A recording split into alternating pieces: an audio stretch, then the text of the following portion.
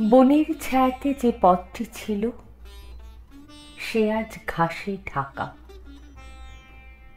সেই নির্জনে হঠাৎ পেছন থেকে কে বলে উঠল, আমাকে চিনতে পারো না?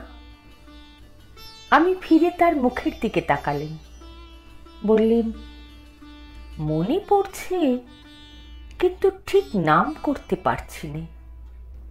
সে বললে, আমি তোমার সেই অনেক কালের, সেই 25 বছর বয়সের শোক।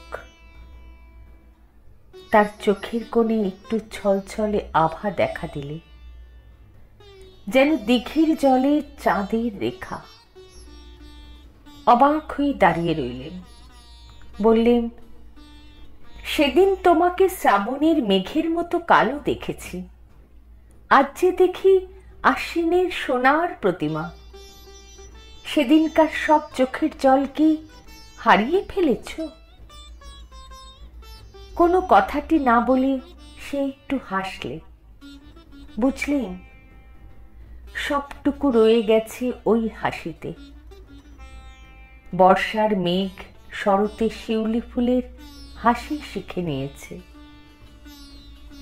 আমি জিজ্ঞাসা করলেন, আমার সেই 25 বছরের যৌবনকে কি আজও তোমার কাছে রেখে দিয়েছ?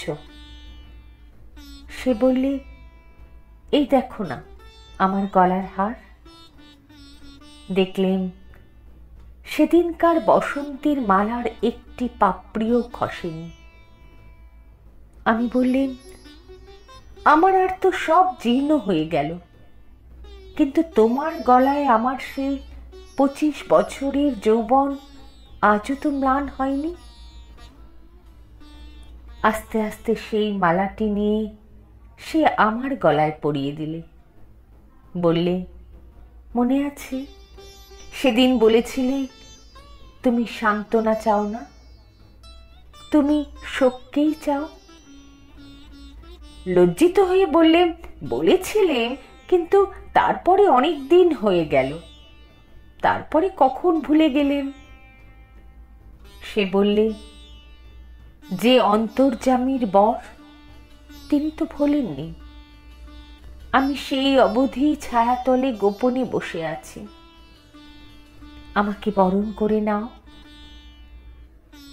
আমি তার হাতখানি আমার হাতে তুলে নিয়ে বললেন, এ কি তোমার অপরূপ মূর্তি? সে বললে, যা ছিল শোক আজ তাই হয়েছে শান্তি।